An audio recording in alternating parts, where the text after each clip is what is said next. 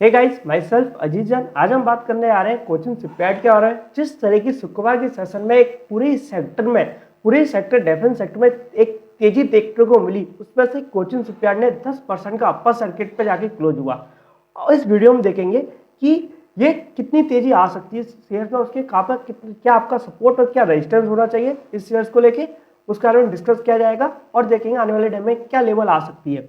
आप देखोगे 10% का अपर सर्किट लगाना एक दिन में बहुत बड़ी बात होती है, क्योंकि आप पूरे साल एफडी में पैसा रखने के बाद भी 10% पैसा नहीं बनता। तो एक दिन में इस शेयर ने पैसा बना के दिया है लोगों का।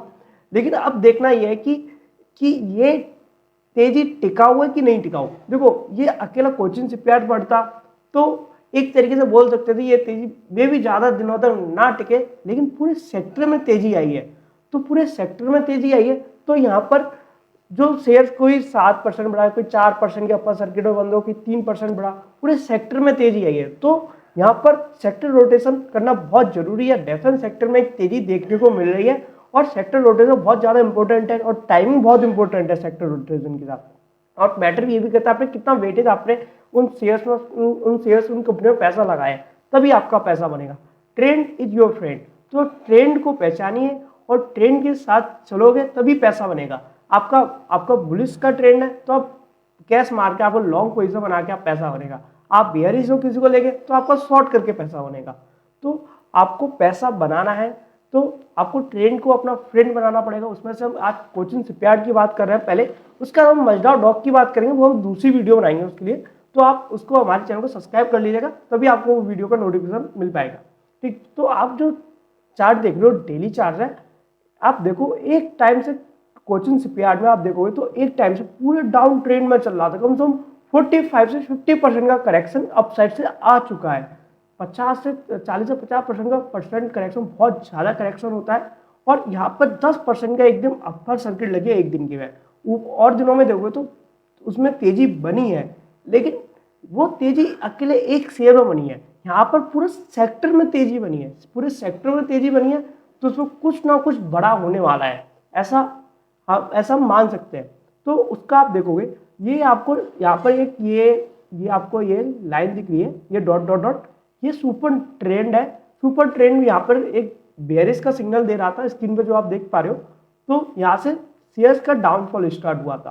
ठीक, अब यहाँ पे अभी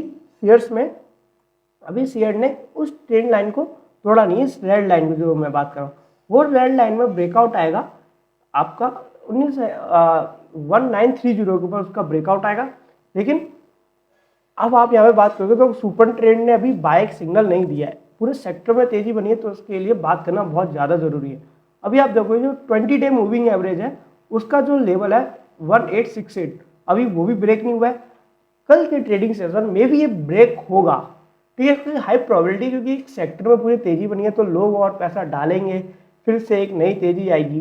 ठीक, तो अब हम बात करते हैं क्या सपोर्ट और रेजिस्टेंस होना चाहिए। आपका जो फर्स्ट रेजिस्टेंस है इसके लेवल वो है 1892 से लेके आपका 1916 का 1916 का आपका फर्स्ट रेजिस्टेंस जोन है। जो आपका सेकंड रेजिस्टेंस जोन है वो है आपके 2000 के लेवल का।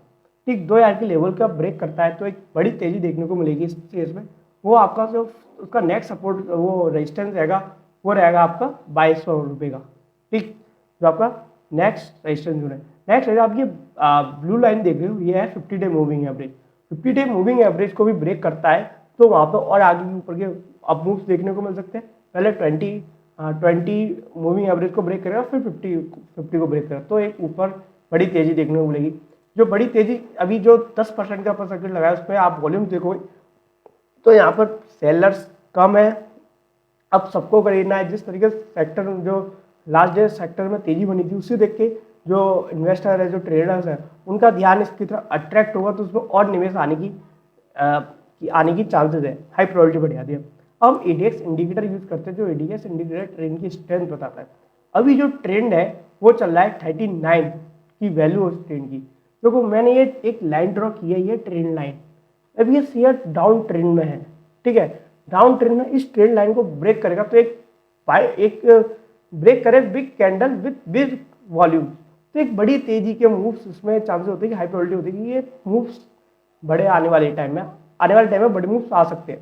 तो जो रेड लाइन है उसकी अब जो इसका अब ये मुंह है ना वो नीचे की तरफ हो चुका है, आप देख पा रहे हो, और जो रेड और ग्रीन लाइन है उसका ऊपर की तरफ। जब ये एक दूसरे को काटेंगी तो एक यहाँ से एक बाइक सिग्नल्स मिलता है, ठीक है। अभी हम इस पे आप कहोगे कि भाई इसमें भी बाइक सिग्नल देखने को नहीं मिल रहे, आप क्यों डिस्कस कर रहे हो, सुपर ट्रेंड नहीं दी, अभी जो 20 मूविंग एवरेज ऊपर उसको ब्रेक करेगा तब तेजी बनेगी, आप बोल रहे हो।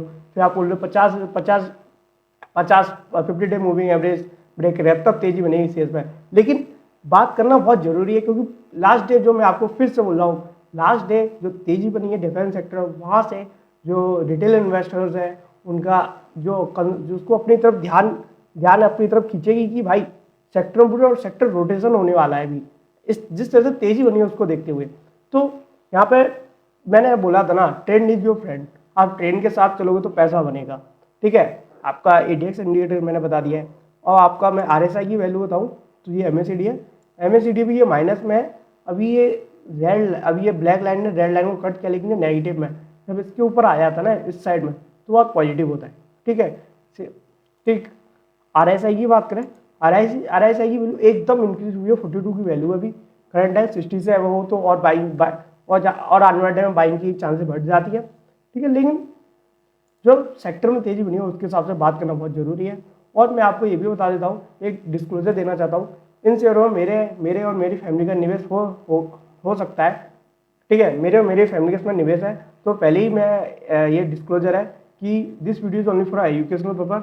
आप किसी भी निवेश करने से पहले अपने फाइनेंशियल एडवाइजर सलाह लें तभी निवेश करें। Thank you for watching this video.